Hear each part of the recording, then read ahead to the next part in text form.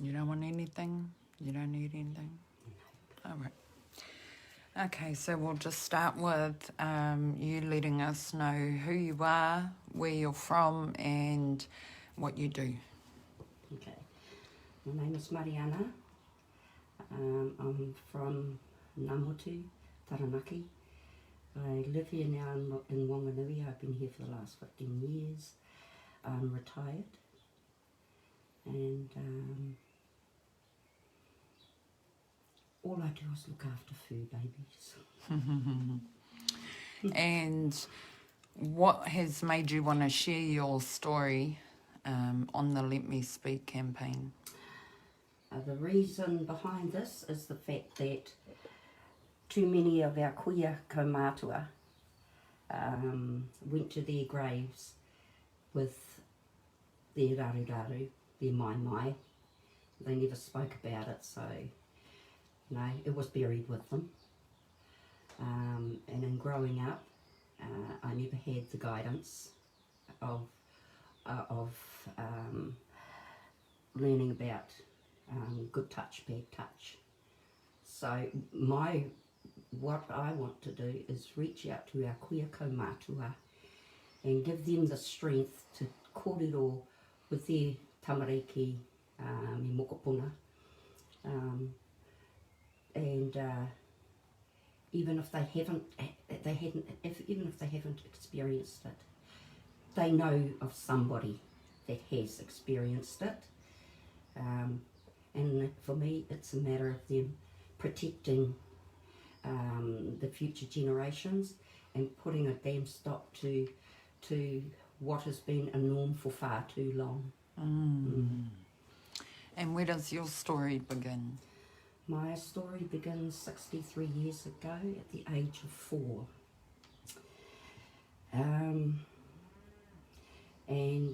What happened was my parents, we were living in Fitzroy, and my parents had gone to the hotel, and when they came back they let the babysitter go, and they had a party in the kitchen, and it was a 2-bedroom cottage. It was called the Roebuck's Cottages, and anyway, we were all in the big room, and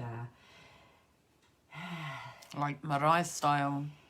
it was, you see, although I eventually had a lot of brothers and sisters, there were only 3 of us at that time. So we were top and tail.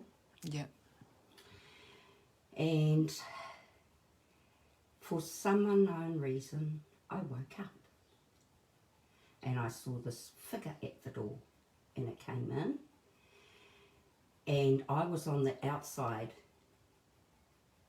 and next minute I felt my body being pushed over, and my sibling being pushed over, and then I felt the hand reach down to my temo, and I tried to climb over my brother, and I was able to climb over him. However, the man was reaching over the top. I don't know how it happened, but he needed to go to the toilet. Who? This arsehole. Yeah. Needed to go to the toilet. So off to the toilet he went. And then I watched the door, and I saw him come back, and I let out a rip-roaring scream. And of course that brought everybody. My mother came rushing into the room, and she wanted to know what happened, Bub, what happened. And I told her the man had been naughty to me. And she said, where? And I said, here. And all I could hear was a lot of ruckus going on, and this guy getting beaten up. He wasn't part of the wano. He wasn't part of the wano. He was someone that befriended them and ended up At the party. at the party, yeah. So, not long after that, I had an uncle come visit, and he would have been maybe 11 or 12 at the time. And he was coming, he started coming for school holidays. Okay. And you were still around 4 or 5? I was still 4 when he first came. Yeah. And he taught me a song. For the life of me, I can't remember all the words for it, but I can tell you what I do remember. The hair on your Mickey Dial hangs down to the ground. Now, I thought that was real funny. I really did. And I didn't realise that it was dirty or anything. I just thought it was funny. And anyway, I never sang the song then. It wasn't till the next time he came back and I said to him to sing the song. So he did, and of course then I started catching the words, and I said to my father, I turned around and said to him, listen to my song. And the shocked look on my father's face, here I am laughing thinking it's funny, and the shocked look on his face, and he said, no more, don't, no more. And I was sort of, why, it's funny to me. Anyway, during that time, they had gone somewhere, I don't know where, but he was left with us. And again, we're in this bedroom. Why the hell we're in there during the day, I don't know. But he decided that he was going to try and do his thing then. And I remember him putting me on. Our mother and father's bed was also in that room. And I remember him putting me on that bed. He took my pants down, and I'm trying to stop him. I kept trying to hold on, but he reached over me, he yanked my pants down, he started playing with me, and then he decided that he's going to lay on top of me. He didn't enter me, but he lay on top of me, and he came on top of me. And you know, I can still remember what it looked like. It looked like bloody cream cheese. That's what I saw. Anyway, he got up and I got up and I ran.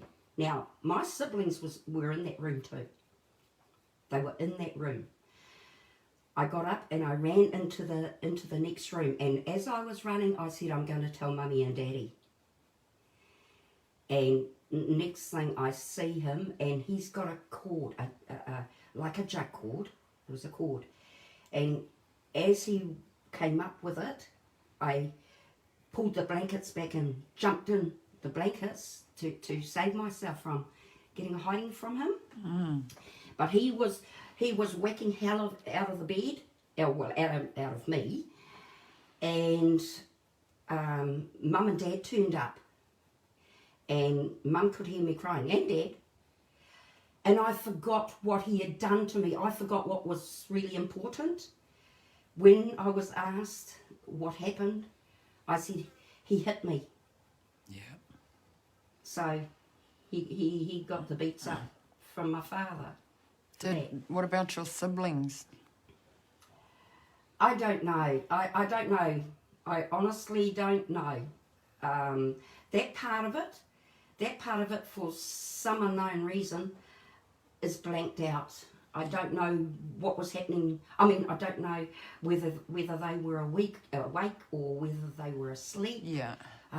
That's just something I know I can still see them, but I'm not sure what was going on there. Yeah. Yeah, because I was too busy struggling. Yeah. You know. Anyway, for years he wasn't allowed to come back. For years he wasn't allowed to come back. However, during this certain period,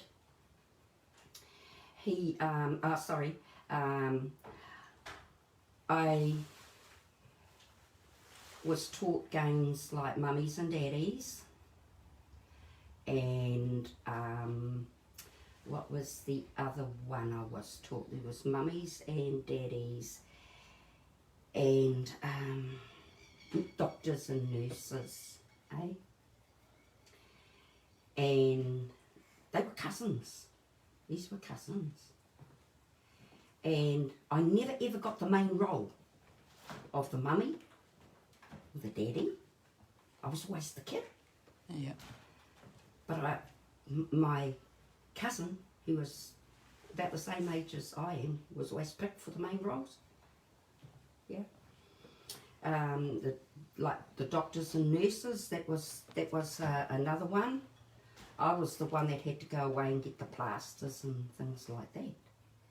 So I watched these games, and I remember one time we were at Orwai and doctors and nurses were being played. So I went into the warakai and I asked, did they have any plasters? And one of the kuia said to me, what do you want the plaster for? I said, because we're playing doctors and nurses. And she said, where are you playing those? I said, over there. And I showed them the toi toi. Ngā arakeke. She followed me. And we saw my cousin lying on the ground, and she was being molested, penetrated by one of my Waitara cousins. And there was a hell to, you know. Oh, so they sent you away to go and get the plasters, so... Yeah.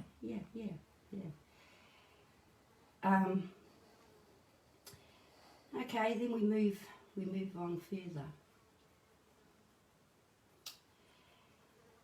And I'm staying for a holiday with one of my cousins because she was the only girl. I was more like her mate during the school holidays. And I remember her saying to me, you stay in here, in the bedroom.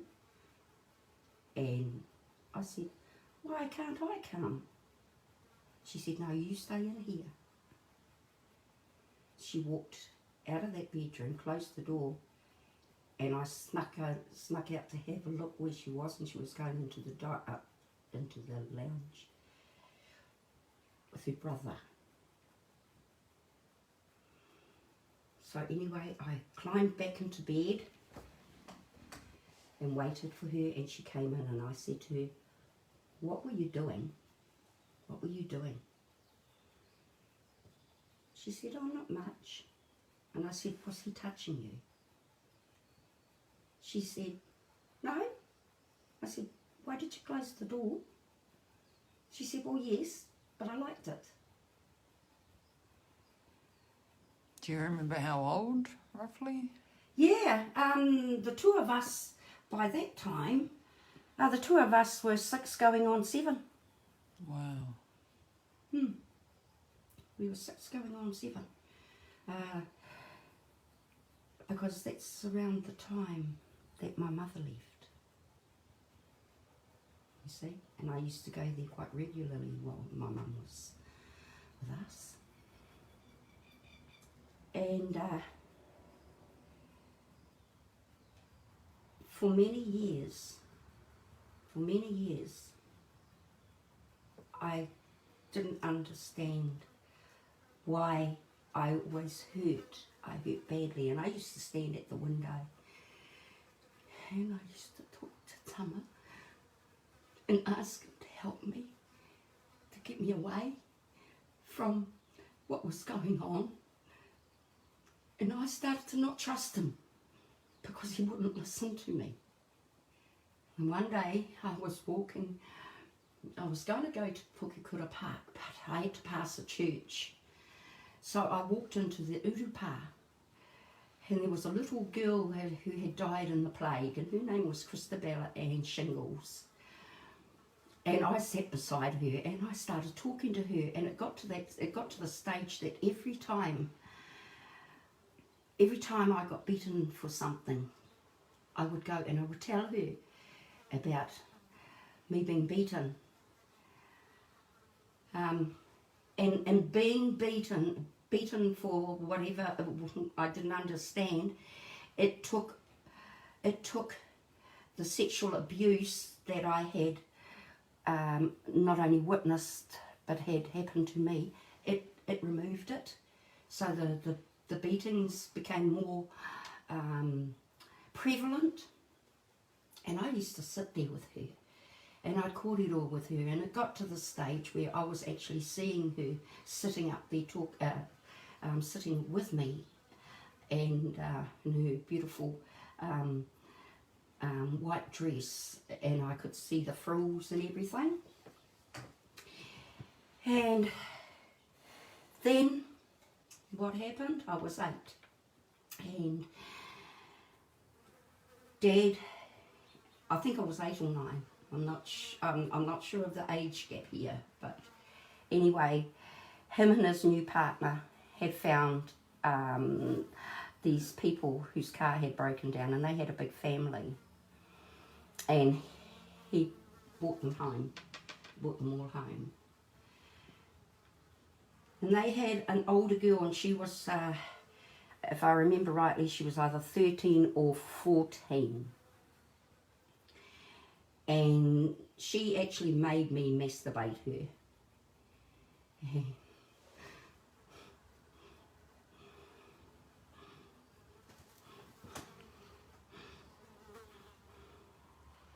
And I asked my father, I said, why do they have to stay here? I don't like them being here, because we had to share our beds with them. And he said, you just remember you've got a roof over your head. They don't.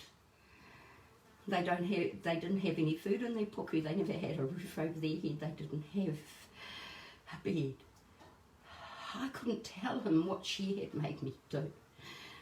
But it stuck with me for a long, long time. And then I started questioning my own sexuality. I didn't know. I didn't know what I was, in fact. I didn't know. All I know is that I wouldn't allow boys to come near me, to get too close, you know.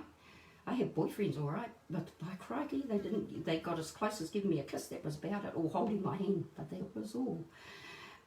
And I got to say, I was bloody mixed up for years. I thought, oh God, you know. I didn't know whether the girlfriends I used to walk around school with, we used to walk around school hands in hands, you know, and I wasn't too sure whether I was walking around hand in hand with my girlfriend or I was in love. I couldn't tell. I just couldn't tell.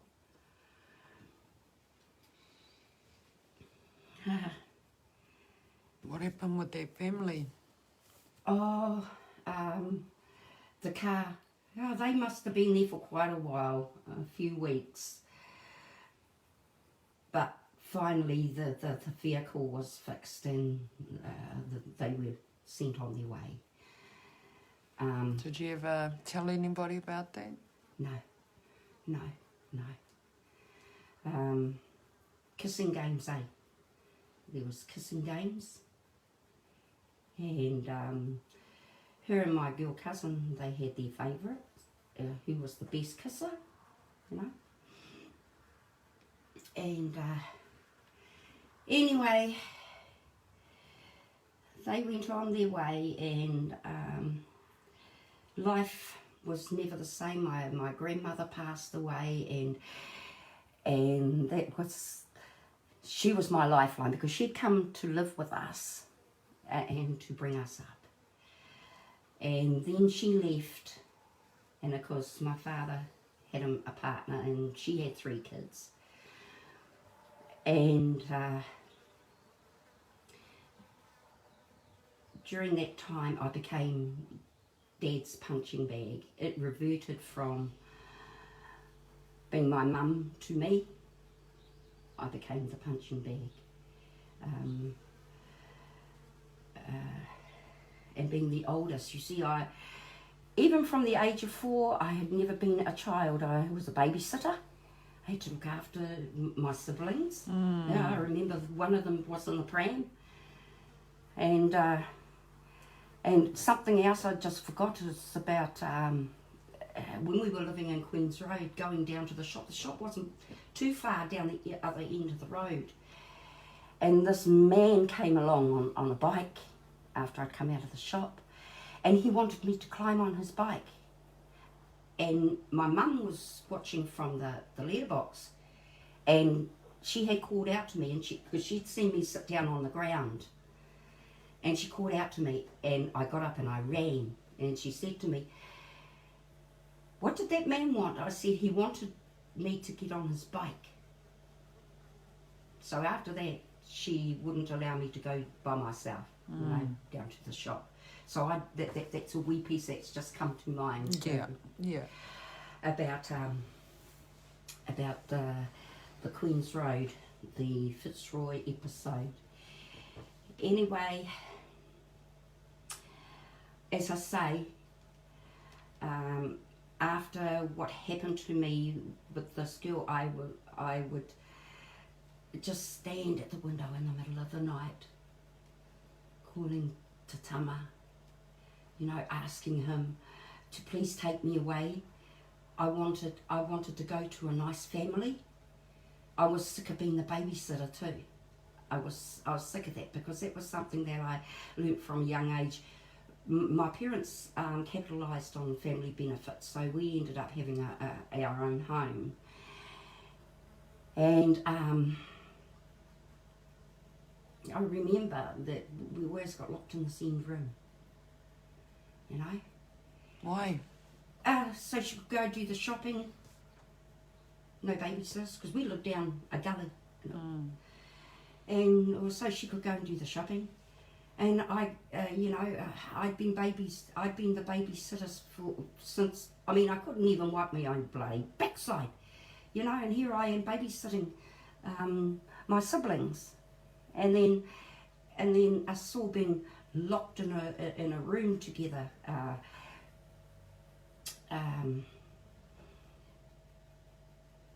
That seemed to me to be just the norm, and growing up, and I was babysitter again. I was always babysitter, for the siblings. I learnt to despise my siblings because of what I had gone through. I learnt to bully my siblings. I definitely bullied one of my beautiful sisters, because I thought it was wrong, because she had nice curves, and I was the skinny runt of a older sister. And in my head I was thinking, why didn't they do it to you? You know, because you know you've got a pretty figure and I haven't. So why did they do it to So me? just the why me? Yeah. I learned at a very young age to keep my trap shut about this sort of thing. I learned at a very young age that I do recall being told that if I told my siblings and my parents were going to die, and my siblings were in the room when this happened, if I told, they were going to get it. So from that very young age I became overly protective of them, and I was always watching out, and forgetting about I was the target, that it was me that was being a target. I had an auntie, well, she wasn't actually an auntie, but we called her auntie. And her son, we were all playing down at the river, and her son turned around and told me to take my pants off, and I said no. And he said, I want to show you something, And he got a leaf, and he said, rub this leaf. So I rubbed the leaf, and it was fluffy. It was a fluffy leaf. He said, yours is fluffy like that. And I turned around and I said, is it? He said, yeah. He said, I'll show you. So again, you know, here I am allowing somebody to touch me so I can see if it feels like that leaf, that fluffy leaf. So then I under the pretense of it being an exciting thing to do, eh? The cover-ups of what their true intentions are. Definitely. The other thing was pony rides. They got on their fours and you climbed on top of them. The pony rides, yes, pony rides. Hold the nono so you don't fall off, you know. But you know that what is happening is not right because you've felt that before. And the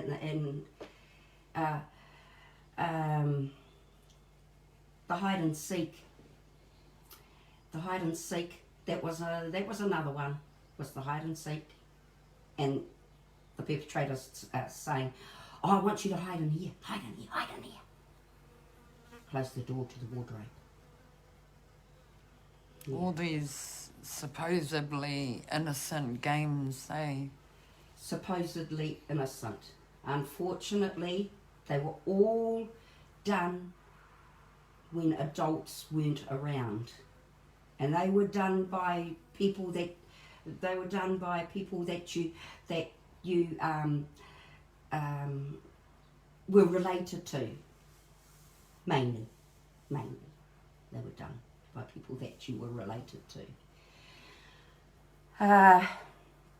But then it makes me think how children at such a young age even know about that type of stuff.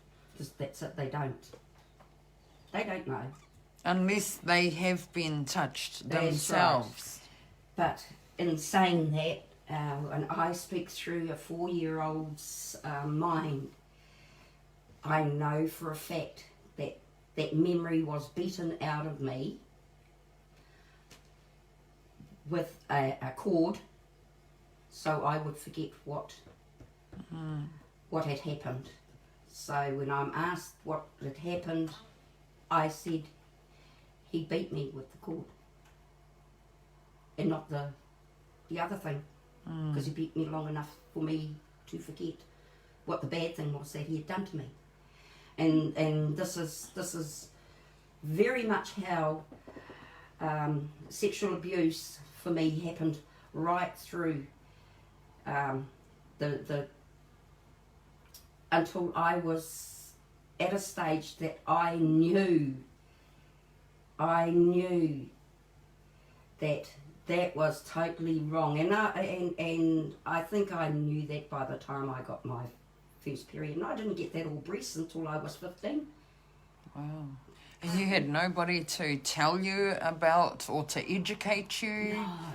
No one to sit you down? Like I know I've sat my daughter down and had that kōrero with her. No, it wasn't spoken about. It just wasn't spoken about. And you didn't even say, you didn't even swear, like I was telling you before. The only word that I remember was saying ua. That was your swear word, because by crikey, look out. But you see, the thing is also amongst my elders, I never heard swearing. swearing. There was no swearing. There certainly wasn't any talk of sex. Definitely not. Why? Because it wasn't the done thing in those times. No, that was taboo. You didn't talk. Nothing like that was ever mentioned. Ever. Wasn't mentioned. And the same, Do you think that if it was, things may have been different? Things would have been really different. In what me, way? As a little child, things would have been really different. Because I would like to think that they would have spoken to me and all my cousins and my siblings the same way I spoke to my children. I would have thought. But that didn't happen. So I vowed and declared that when I had children, I was going to do everything they didn't do. Because I didn't want that to happen to my children. Unfortunately, in a lot of cases, you can have your eyes on them all the time. However, the people you trust and have built up a trust with are the same ones that are targeting your children. And 3 of them targeted my daughters. 3 of them targeted my daughters. And I went to each and every one of them. I confronted them. I was stunned. Yeah, how does it feel as a parent who does everything that they can? Gutting to know that these little children were the same age as I was when it happened. You know? And I thought, no. And it was like a sledgehammer, eh? Bang! Straight to the heart.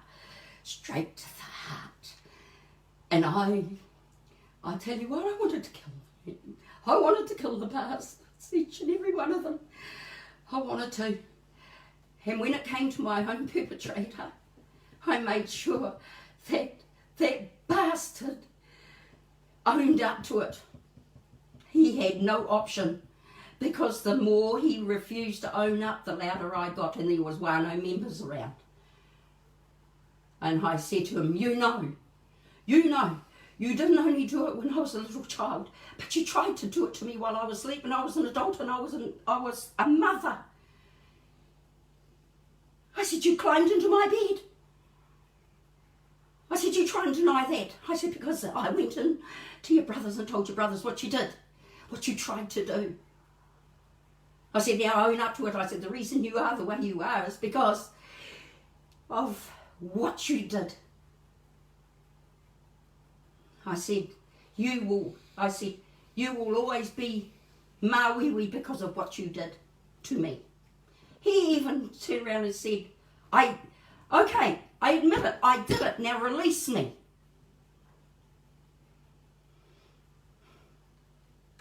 And how did that feel? I wanted to beat the snot out of him, but he was taken out.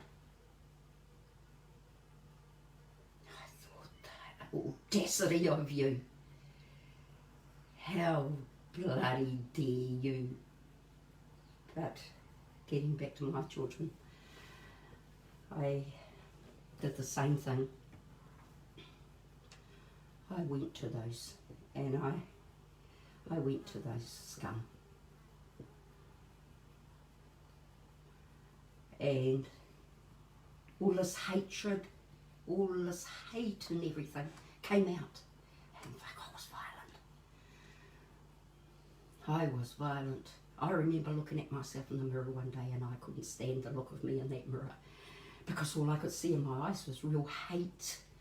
I hated everybody, you know. And was that because you felt like you failed your daughters? And I felt like I'd failed myself too. Yeah. I felt like I'd failed my own self. I believed my children were safe. I actually believed my children were safe. They weren't. I'd left them in safe homes. They weren't. They weren't safe at all.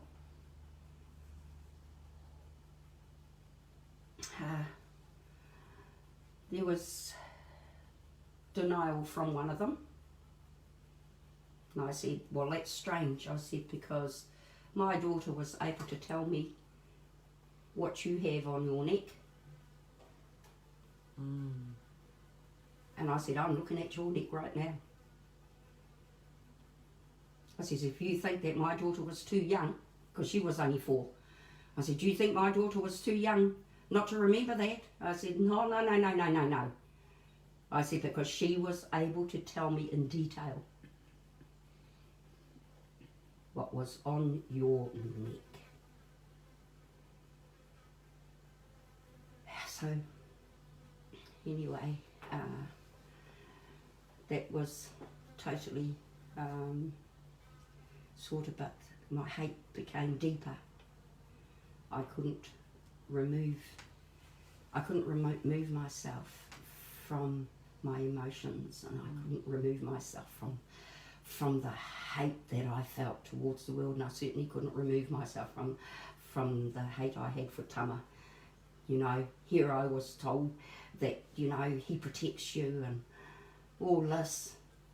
You know, you just got to be a good girl, you know, and he will protect you. Well, fuck, I didn't get no protection. And that's when it became a love-hate between me and what I'd been taught. My grandmother, she could neither read or write. Her signature was with an X.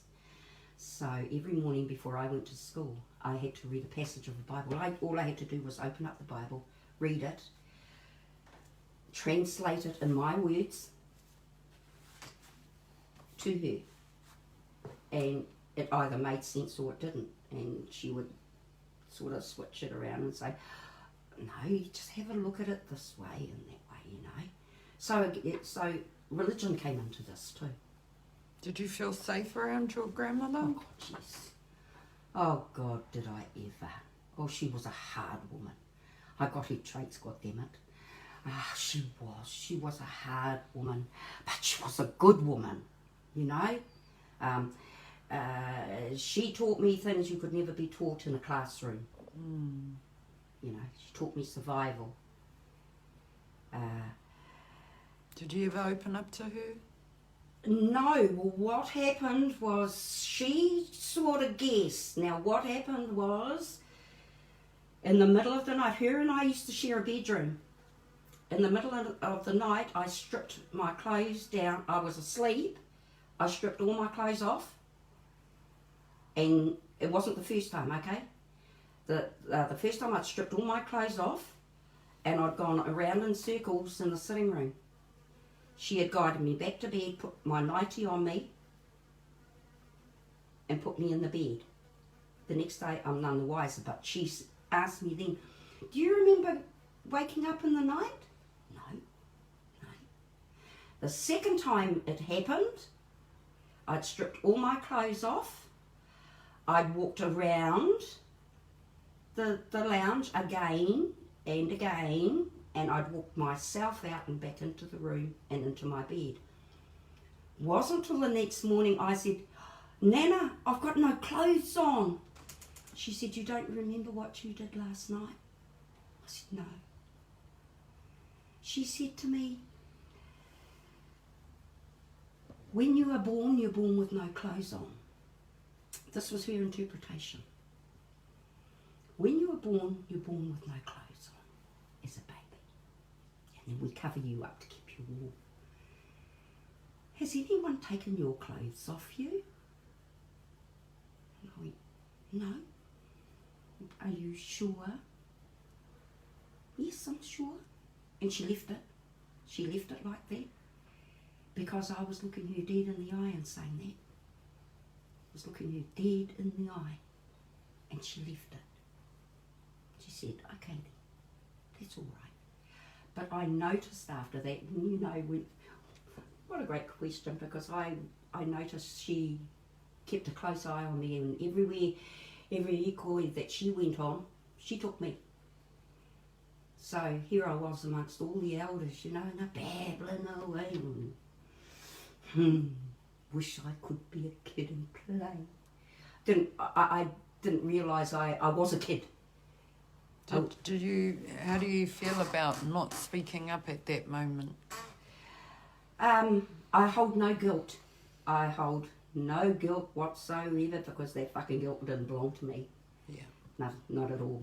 Not at all. I felt no guilt at all not speaking up. The reason, all I know is that I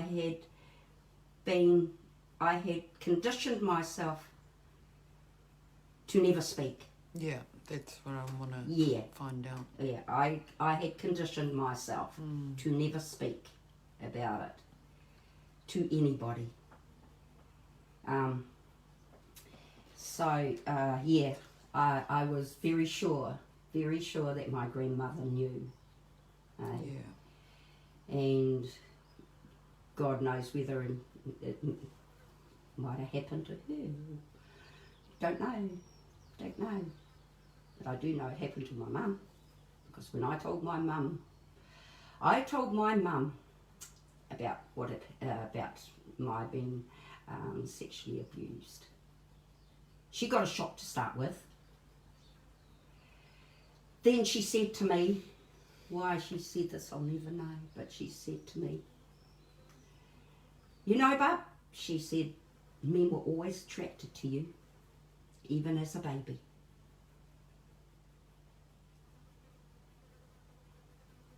Well, I never spoke to my mother for a long, long time. I was going to say, how does that even make you feel?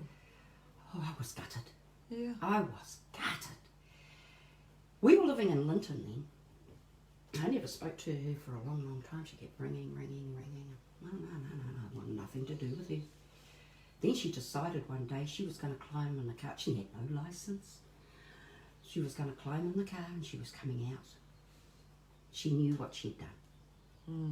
And she came out and she spoke to me. She spoke to me about it. When we went down to Burnham, she came down when I had my second youngest daughter, and we had a big corridor then too. And I wanted to know again, you know, why she said that. And then she told me about her own sexual abuse. And how did that make you feel? I felt like I was in a little gang. I felt more drawn to my mother because it had happened to her. A bit like us pineapples, you know, with that wano, you know, and we tautoko each other. Well, that's how I felt with my mum going through what she went through, and all of a sudden I could identify, and I understood her reaction. You know, I forgave her for it. You know, I said, that makes sense to me now, Mum. And at the time, you know, I was pumping out the kids. And, was there any help in terms of counselling and things like that for those types of honey issues? child, no counsellors could deal with me. None of them. I did counselling my own damn self. So here's a counsellor counselling a counsellor. Even my own husband said, you're too bloody clever. They think they're breaking through, and they're not. I couldn't let myself go. So it was a waste of their time. It was a waste of their time and a waste of my time. I was paying for my counsellor. I didn't have, and I refused to have, money from any government for any purpose, except my pension, of course. I don't mind that because, you know, being a taxpayer all my goddamn life, well, hey. But, no. No. The bullshit that was coming out of their mouths. Their counselling had nothing to do with me as a Māori. Their counselling was to do with the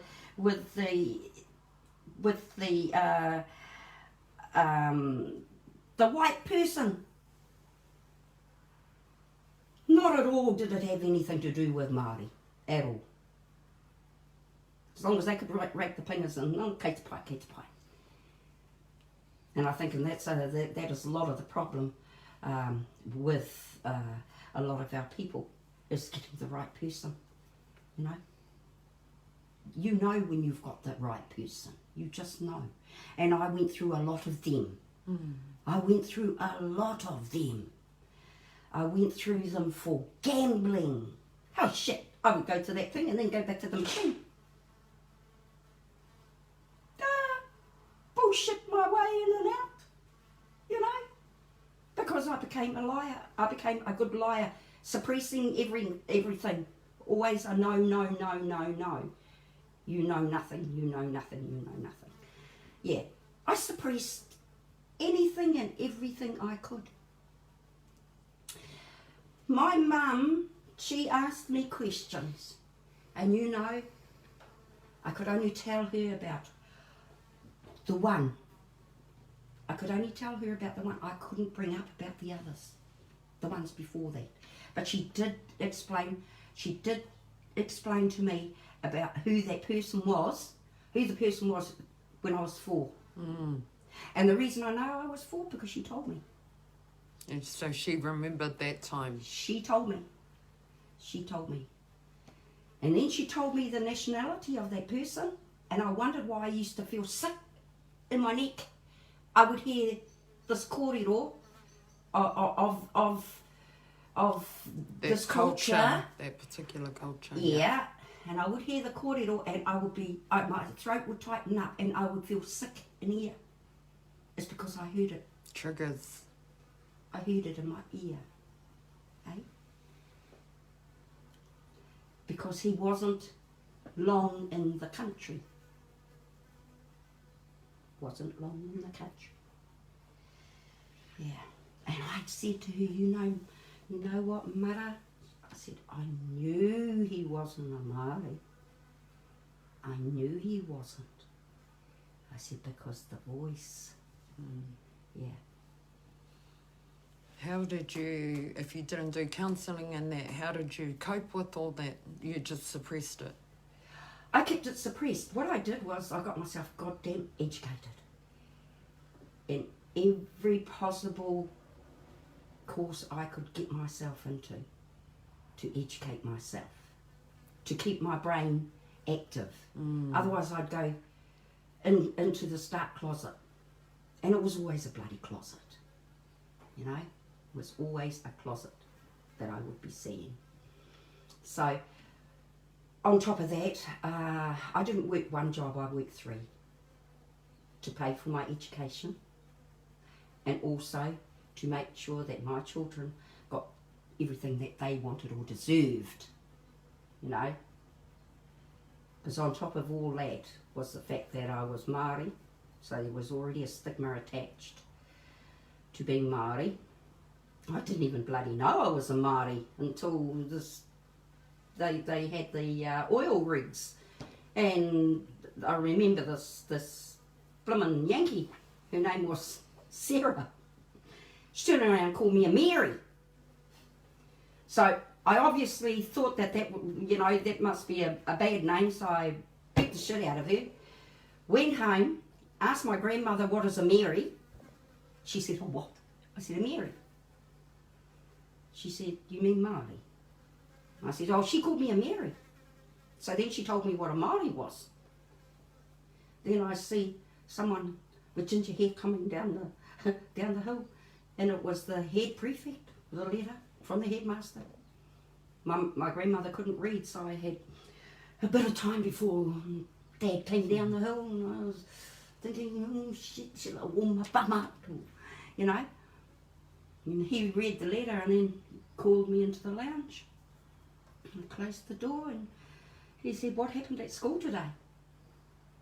And so I told him, and I was sure I saw him smirk, I was sure I saw him smirk. And he said to me, okay, he said, what did you learn from that? I said, she does it again, I'll beat her up again. He said, no. He said, you walk away. I said, well, I'll put a stone at her then. He said, no. Okay, old beans, he said, go back and finish what you're doing. Go and finish the dishes. Yeah, so, you know, when I look at everything that happened in my life, it wasn't just one or two things that caused me to close myself down. It was a whole variety of things. You know, not just one. There was a whole heap of little things that taught me how to close down. What could have possibly have been done to prevent? I mean, if it could have been prevented, any of that, what do you think could have been done? Well, it would be very easy to say it can be prevented, but no, it can't be prevented. If it's going to happen, that dirty bastard's going to find a way. You're going to find an avenue. Makes no difference. And he's not always an adult. Kids do it. Yeah. Little kids do it that they have been subjected to sexual abuse themselves. There's, as soon as that happens, they think it's a norm, so they touch others because they think it's funny because it's a norm, and it's not. It's not. Yeah, there's always a red flag. You gotta keep a damn lookout on how your own children interact with other children and how those little children interact with your child. So do you think that the education side of things, you know, having that kōrero with our children, even those ones that you're saying, that the kids that were then going on to continue that molesting because they didn't know any different, maybe if they were educated and knew that it was wrong, do you think? You see, nowadays,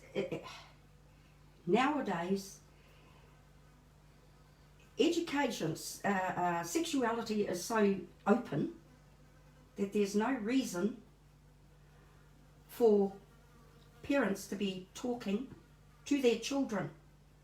And they need to educate themselves. They actually need to educate themselves as to what to look for, the red flags to look for.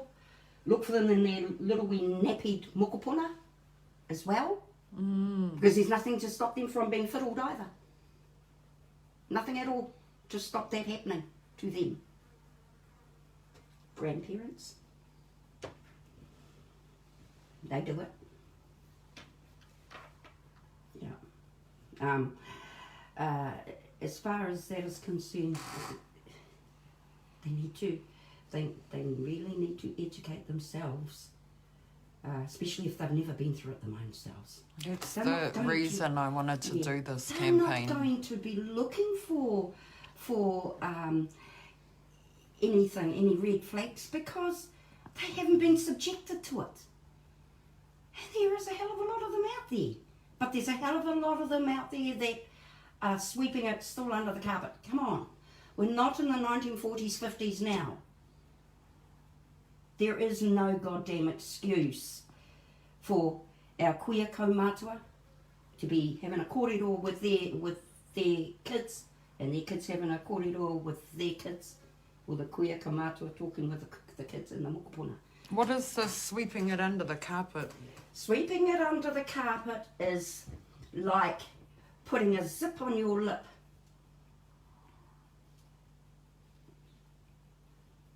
Through beating? Definitely. Threatening? Definitely. You get the life beaten out of you, you get threatened. It starts off with the games, of course. Starts off with little games, and it was the horsey. Horsey, don't you stop. Hear those hooves go clippity-clop. I remember that one. Yeah. And that's me singing on the top of the back. Yeah. So it's things that don't seem things that don't seem, well, they seem innocent. Those sort of games that seem innocent aren't innocent at all. They're not innocent. They're not innocent games. Because if they can interact with you, if they can interact with you physically, this is how they do it. This is how they do it. It's not always the first time, eh? It's 3 or 4 times you're doing that horsey, and then all of a sudden the horsey's got hands, and yeah. But by that time, they've got your confidence in them, you know, your trust, and that's a big thing. Money's another thing. Money is another thing. Is somewhat of a bribe? Or, yes. Yeah. Yes. Money and lollies. Yeah, there's another one. And that was our mother and father's boarder. He was a relation. And I'm still looking for him. And every time I see a name, this name, I try getting a hold of him. Why? Because I know who it was. I know who it was. What and I had to hold his penis. I know who he was. I know what his name was. And he's the only one he's probably well dead by now. Should be. However, I would like to go to where he's buried. Yeah. What do you think you'll get from, let's say that happens, you find out where he's buried, what will you get from that? Closure for that. Closure for that one person. Closure. Yeah. I could be a real arsehole and go searching for his kids, but I wouldn't do that to them, because that's not their fault. As far as I know, he never had any children. We never saw him with any children. So, yeah. Do you feel like you have had closure from the other experiences that you endured? It took me a long time. My Tāne had to go through a whole lot of it with me. I couldn't open up to him, but he would hear me crying in the night, you know, and I would have nightmares all the time, and I would see fire. I would see this big fire, and I'm inside that fire, and I could feel the heat, and I could see my father on one side and my mother on the other, you know, and I misinterpreted at that time, what this fire was, you know. It was actually me. It was what was burning inside of me. The rage. Yeah. It was that rage inside of me, burning. Probably unresolved trauma. Yeah. Oh, definitely. When it came to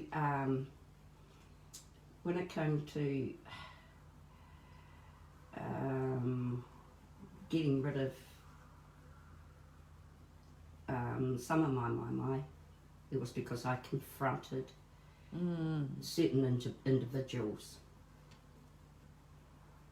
You know, one of those individuals, I said to him, you watch what you're saying. You watch what you're saying. You get in your own fucking lane. I went. In fact, I went searching for one of them. He got head of the fact that I was coming for him and took off. Did it ever cross your mind to contact the police, or that just wasn't an option? That wasn't an option. No way. It was no option to me. I've been through enough, holding on to enough without going to a police and having someone sitting there asking me questions and then questioning my ability to remember this stuff, you know. Oh, no, I wasn't going to put myself through that. I wasn't going to target myself. No. That's why I followed one of our Pineapple's mums. Yep. for years. Yep. I followed her because I believed in her right from the very beginning. I believed her right from the beginning, you know. Yeah, right from the get-go. And I certainly saw that myself, and I saw that sort of thing myself within that community. I saw it myself, and I saw it at a hotel in Palmerston North after one of my cousins was murdered. Yeah. What was it? Oh, trying to maul us. Thought it was okay. Thought it was okay. And he was their boss. He was their boss. You're going to ring the police.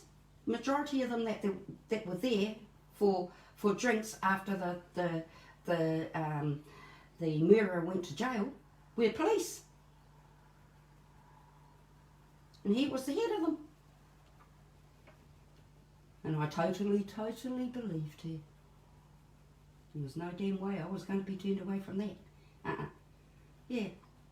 So, again, these are people that you're supposed to trust. You know? And here's my mother and I become targets. Wow.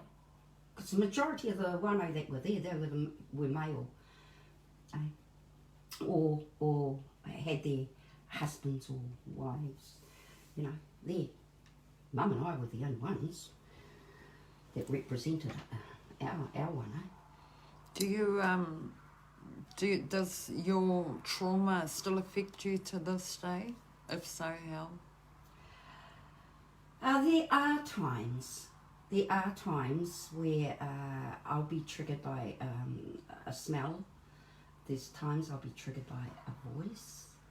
There's time and the way that voice is expressed. There is times that I'll be triggered by a song.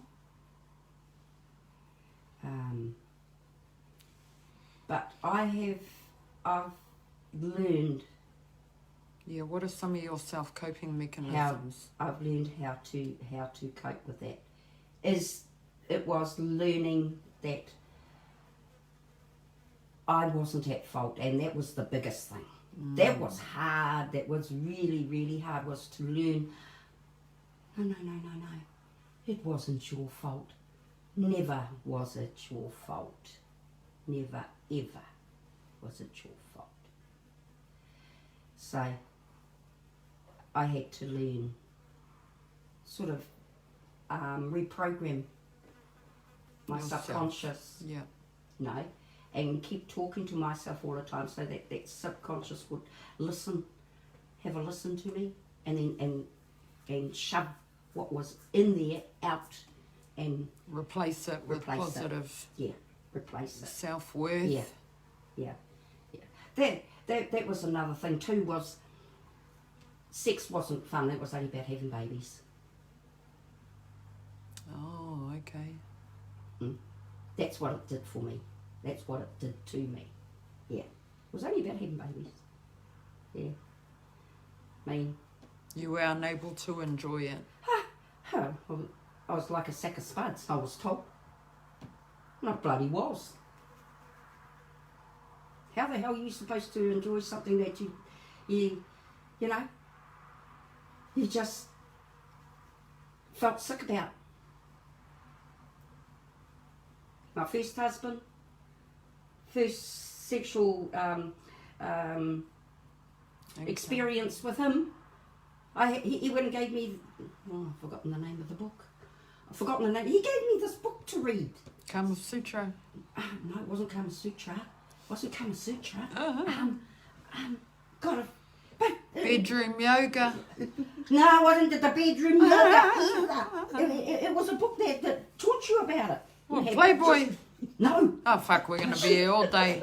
No, I forgot what it was. Well, he gave you a book. He gave me a book. And he said, read that. Oh, so I could learn something about sex. You know, you just don't scissors your legs together. Yeah, You don't do that. I thought you do. because you had done that to protect Yes, yourself. to protect myself. So, hey, I wasn't to know, was I? I wasn't to know. But yeah, this dear old book, and I've forgotten what the hell the name of it was, but still didn't do anything. Yeah. No. So it wasn't. That's, you know, I think there might be a few people that have been like that and become promiscuous. I was promiscuous too. Yeah. Do you think that being promiscuous after something like that has is because of your self-worth? Oh gosh, yes. Hell yeah. It had a lot to do with it, and it also had a lot to do with wanting to feel accepted. Yeah. You know, because you spent a lot of your life hearing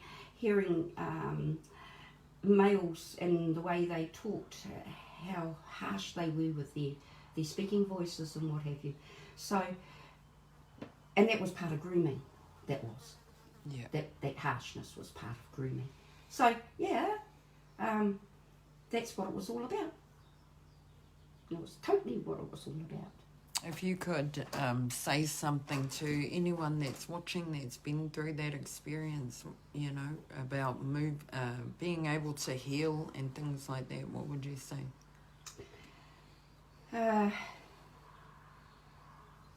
Don't leave it as long as I did, number one. Never leave it as long as I did. And for goodness sakes, if it has happened to you, speak to your whānau about it. Speak to them. Let them know. Even if it's behind closed doors, just try real hard just to get as much mana as you can in your body to bring it out. And once you've released it, you're halfway there. But if you hold it in for as long as I held it in, no, you've wasted a hell of a lot of your life. Before we finish, if there was anything that would have helped you or really encouraged you to open up a lot earlier, what would that have been? Been spoken to about sex. Never mind about you having your mati. Yeah. You know, and even that, I wasn't even spoken to about that. I was just thrown in bed because I thought I was dying. So I wasn't told that, you know, this is part of your growing up. But yeah, I think so. Yeah. All right. Well, I want to thank you so much for sharing your You're story. most welcome. And for all you Kamatua queer out there, please take heed. Look after the next generations onwards, please. Stop it. Stop it while it's fresh. Okay? Kia ora.